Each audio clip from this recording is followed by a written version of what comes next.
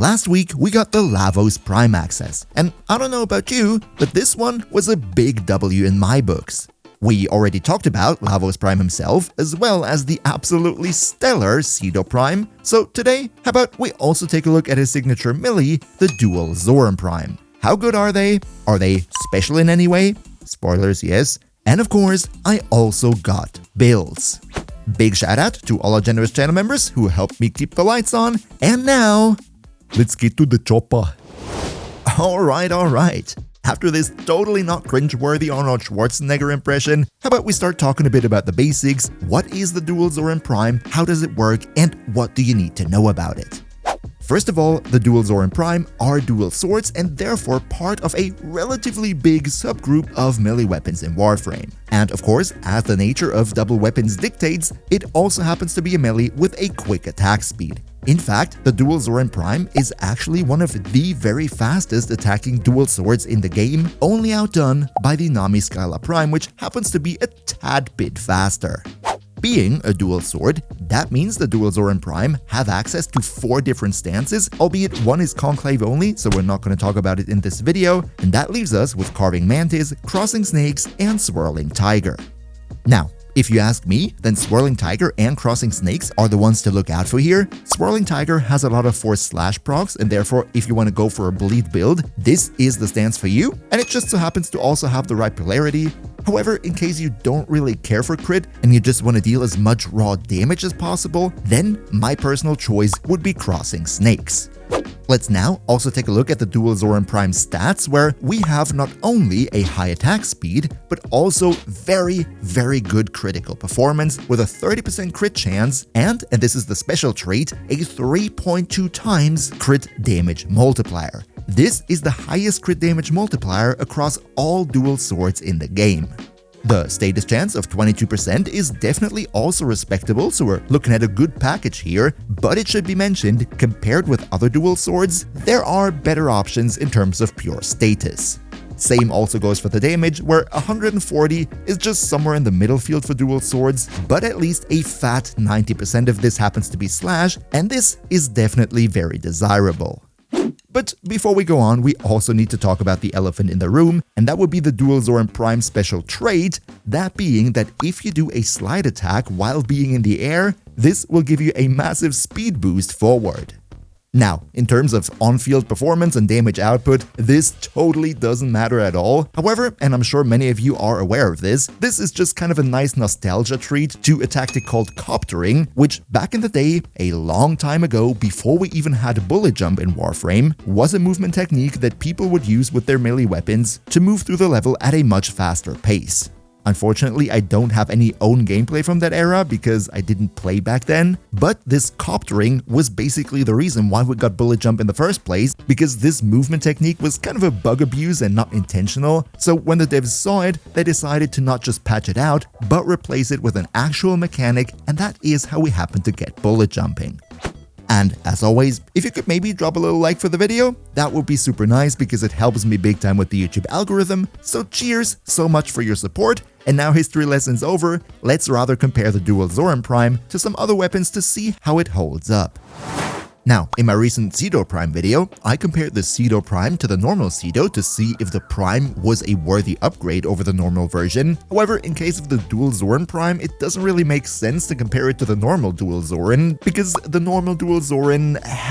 let's just say they are mastery fodder and nothing more. They're really not good, their stats are bad, and it's not worth it to invest anything into it, and the Dual Zoren Prime are in a completely different league. I mean, they had to, otherwise they wouldn't have been viable in the first place. So instead, rather than comparing the Prime to its normal counterpart, what I want to do today is compare the Dual Zoren Prime to other dual swords in the game to get an idea of how good they are compared to other options, and here it actually looks pretty darn good, especially the very high crit performance of a 30% chance with a fat 3.2x multiplier makes it stand out big time among its peers, and even though the base damage of 140 is not all that great compared to other stuff, like for example the KnightmareFrame Prime or the Dual Zoren Prime, if we factor in the much higher crit damage multiplier of the Dual Zoren Prime, then it, by stats alone, definitely competes with the upper echelons of the dual swords in Warframe.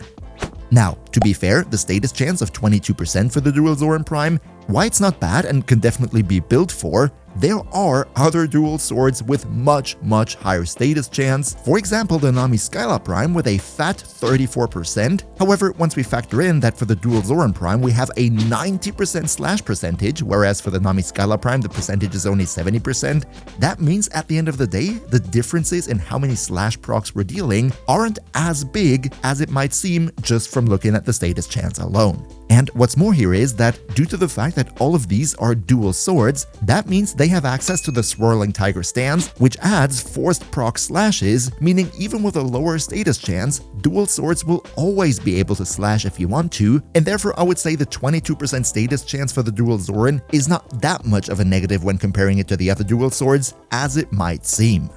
However, and this is one point that we do have to make before we go on to the build section, even though from the stats and the performance alone, the Dual Zoren Prime are quite formidable and probably one of the best dual swords in the game, there is still one more dual sword called the Dual Iker, and while by itself it isn't all that amazing, the Dual Iker, as the only dual sword in Warframe, has an Incarnon adapter available, and if you happen to own that Incarnon adapter, that of course makes the Dual Iker Incarnon the objectively best dual swords in the game. No normal or primed weapon could even hope to compete with an Incarnon, meaning if you're limited on resources like Forma or Catalysts, then yeah, of course, the Dual Iker should be the one and not the Dual Zoren Prime. But if Incarnons are not an option for you yet, then the Dual Zoren Prime is a really good choice. Alright, so long story short, the Dual Zoren Prime are really good, and at least compared to other dual swords, only get outdone by the one Incarnon. So let's now talk about how to build the Dual Zoren Prime if you like this weapon and you want to make it as strong as possible. Today, I have 3 builds prepared for you. One is a slash damage over time build, one is just a flat elemental damage build, and the third one being your traditional standard melee influence carnage. Let's though start out with the slash, where the first thing I want to say is, people always claim that slash and damage over time in Warframe is dead, but that is totally not the truth. Yes, slash DOT is not as strong as it used to be a long time ago, but that doesn't mean that it is not viable. And also, with 90% base slash damage, it's hard to argue that the Dual Zoren doesn't at least like slash a little bit. Now, the first thing I want to talk about with this slash build would be the Melee Arcane, where I personally went for Melee Afflictions. Melee Afflictions makes it that when the enemy is affected by a status effect and then they get either knocked down or flung up into the air, then the status effects on the enemy will get additional procs.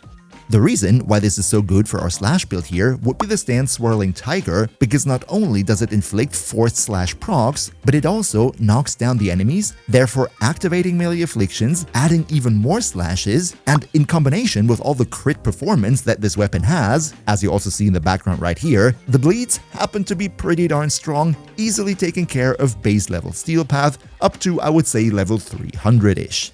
This right here is the full build. Of course, due to the fact that we are dealing damage over time, we want to have an Elementalist as well as a faction mod, and because the Dual Zoren Prime have so much crit performance, I totally went into that with Blood Rush and Organ Shatter for crit chance and crit damage, and then Galvanized Steel to provide even more crit chance and even more crit damage. The rest of the build is up to you, how you want to get your base damage, and if you want to go for more range, or rather maybe outsource the attack speed portion to your Warframe and therefore not use Berserker Fury. Just saying that this would be a nice example of how I personally would envision a slash build on this thing to be.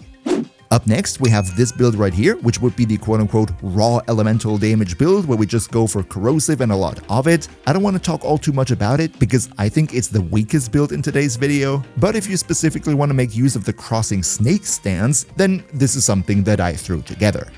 And finally, let's talk about the strongest build on this weapon, which to absolutely nobody's surprise is, of course, the good old melee influence build. This is the one that I have, but I should say that this build specifically is meant to be used in combination with Vault. That's also the reason why there's no electricity on this build. If you want to use it on a Warframe where you have no additional source of electricity, then of course you have to swap the elements around a bit, but even though it's kind of unfortunate, naturally melee influence is super duper strong, and this is probably the best build on the Dual Zoren Prime, especially against larger crowds of enemies.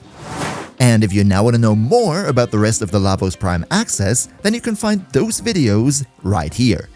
Another massive shout out to Niels V, Demon Lord Zell, Demon Emperor, Emperor Prime, Nost Linux Gaming, Turtlepeer, Lycon Shepherd, Onakanio2, Pepper Wolf, Mihawki, Yagis, Hoke Hunter, and all other generous channel members for your continuous support. We see each other, hopefully in the next one, and until then, as always, good loot.